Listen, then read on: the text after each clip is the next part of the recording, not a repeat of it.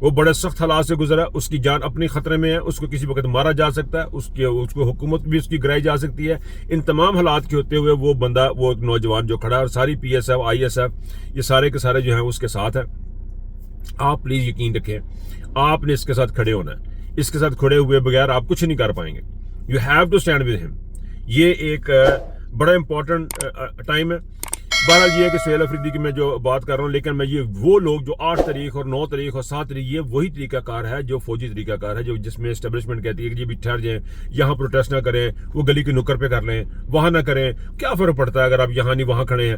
اس سے بہت بڑا فرق پڑتا ہے. اس سے بہت فرق پڑتا ہے. آپ کا ٹیمپو ٹوٹتا ہے. یہ آپ کا ٹیمپو توڑتے ہیں, اس ٹیمپو کے ٹوٹنے سے آپ آہستہ آہستہ آہستہ ویک ہوتے جاتے ہیں. یہ آپ کو اس طریقے سے انہوں نے کمزور کیا کہ آپ کو سمجھ ہی نہیں آئی کہ یہ ہمارے ساتھ کر کیا کرنا ہے. میں پھر بار بار اکثر ایک بات کرتا ہوں, if you don't stand for some thing you fall for every thing.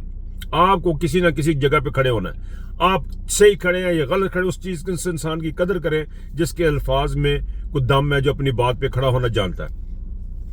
اچھا جی, یہ تو ہوگی ان کی گفتگو اس بات پہ کہ ہماری پی ٹی اے کو کیا کرنا. جو میرا خیال تھا, جو میرا مشورہ تھا, جو میں نے آپ کو دیا, وہ میں نے آپ کے آگے رکھ دی. بلوچستان سے خبریں بڑی خطرناک ہیں سر.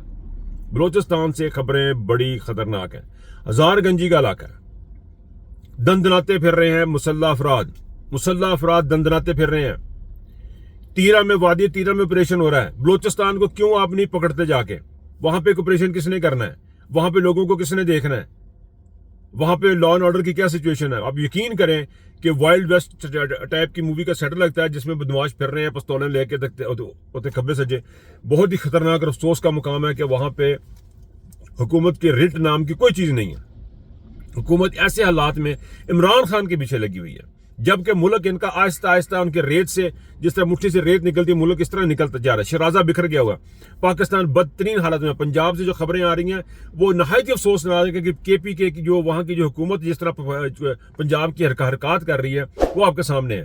ایسے میں یہ تصویر آنا یہ بڑی افسوس کا مقام ہے کہ وہاں پہ کوئی لا اینڈ آرڈر نہیں ہے, اور بلوچستان کی صورتحال آپ کے سامنے ہے. میں ایک اور چیز یہ جو عدالت کھیل رہے ہیں نا, یہ اس کو بند کر دیں. دیکھیں جی, عدالتوں کے پاس وہاں جایا جاتا ہے جہاں پہ عدالتیں ہوں, جہاں پہ قانون ہو. آپ کو پتہ ہے کہ سارا کچھ ہو چکا, آپ کو پتہ ہے کہ عدالتیں جو ہے وہ کمپرومائز ہو چکی ہیں. اب آپ کو عدالت میں جانے کا جواز بچتا نہیں ہے. اب آپ عدالت کے پاس سامنے جانے کا تک نہیں ہے. سارا گھر آپ کا جل گیا, آپ کی پورا خاندان آپ کے برباد ہو گئے. 1 لاکھ سے زیادہ لوگوں کو پنجاب میں ظلم و بربری کا شکار کیا گیا. ایسے حالات میں آپ مجھے یہ ایک بات بتائیں, آپ کس عدالت کا دروازہ کھٹکھٹا رہے ہیں؟ کیا کسی نے سومو موٹو ایکشن لیا؟ ایمن کو اور ہادی کو انہوں نے گرفتار کر کے لے گئے. مارنگ بلوچ آپ کے اندر ہے. عمران خان کو کوئی پوچھنے والا نہیں, اس وقت اس کے کوئی کیس نہیں لگ رہے. ایسے حالات میں کون سی عدالت ہے جو آپ کی بات سنوا رہی ہے؟ یہ عدالتوں والا جو چکر ہے, میرا خیال جب وہ عدالت آپ کو نہیں مانتی تو آپ کو بھی عدالت کو نہیں ماننا چاہیے. عدالت کو حکومت بھی نہیں مانتی. جس حکومت نے یہ عدالت بنائی ہے وہ بھی نہیں مانتی.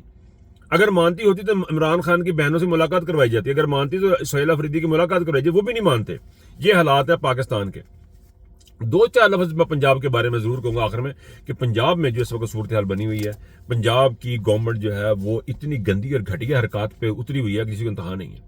خبریں یہ ہیں جی کہ جو خاتون گٹر میں گر گئی تھی, جس کی بچی بھی ساتھ گری ہے, اس کے ہسبینڈ کو مار پیٹ کے یہ کہا گیا کہ بھائی جان آپ یہ کہیں کہ بیگم بھاگ گئی ہے یا غور بہانہ کریں. اندازہ لگائیں آپ. اور اس کے اوپر انہوں نے اتنی گھٹیا طریقے سے معافی مانگی, ایک بڑی گھٹیا قسم کی پریس کانفرنس کی, ایک 2 نمبر قسم کا انہوں نے سٹیج لگایا. وہاں پہ مریم نے تم وہ کر کے سارا پولیس کے 2-4 سپاہیوں پہ کیس ڈال کے انہوں نے فارغ کر دیا. یہ اس سے زیادہ گھٹیا حرکات کیا ہوں گی؟ پھر وہ ہنا پرویز بٹ کو دیکھ لیں. وکٹم جو ہوتا ہے, جس بندے کے ساتھ زیادتی ہو, خاص طور پہ خواتین اور بچے اور مرد بھی, ان کی تصاویر کسی بھی پلیٹ فارم پہ شیئر کرنا, اخبار میں لگانا بہت ہی اذیتناک تک چیز ہے اس فیملی کے, اس خاندان کے لیے. آپ کو اندازہ نہیں ہے اس بات کا کہ انسان کے اوپر کیا گزر جاتی ہے, ہیومیلیشن کا, اس کا دکھ کا, اس کی تکلیف کا, اس کی ولنریبلٹی کا کیا اندازہ آپ نہیں لگا سکتے, کیا اس کا حال ہوگا. اور ان کو یہ ہنا پرویز بٹ جاتی ہیں. بلکہ یہاں تک انہوں نے کیمرے رکھے ہوئے کہ اس گھر میں گھستے ہوئے فرنٹ سے کیمرے بن رہے ہیں, کیمرہ مین پہلے چلا جاتا ہے کہ ان کی ویڈیو بنوائیے, وہاں سے اندر آئیں گی. یہ حالات ہیں ان کی بغیرتی کے. ان کے بغیرتی سے بڑے لفظ جو ہے نا وہ شاید الفاظ میں ڈکشنری میں ختم ہو چکے ہیں, کیونکہ بغیرت سے بڑا شاید کوئی لفظ اور ہوگا نہیں. اس کے بعد گالیاں سٹارٹ ہوتی ہیں. میرا خیال ہے اس کے بعد لفظ نہیں. ڈکشنری میں جو بھی اخلاق سے گرے ہوئے شخص کے لیے جو الفاظ ہیں نا, وہ الفاظ ان کے لیے کم ہے. اتنی بربریت, اتنی ذلالت, اتنی بغیرتی کا ثبوت دیا جا رہا ہے کہ پاکستان میں جیسے کہ انتہا نہیں ہے. اور عمران خان کے ساتھ اور عوام کے ساتھ, ہر بندے کے ساتھ, اور کر کو رہا 4 بندوں کا ٹولہ عاصم منیر کی سربراہی میں کر رہا ہے. یہ بات اپنا خیال رکھیے گا. اللہ حافظ.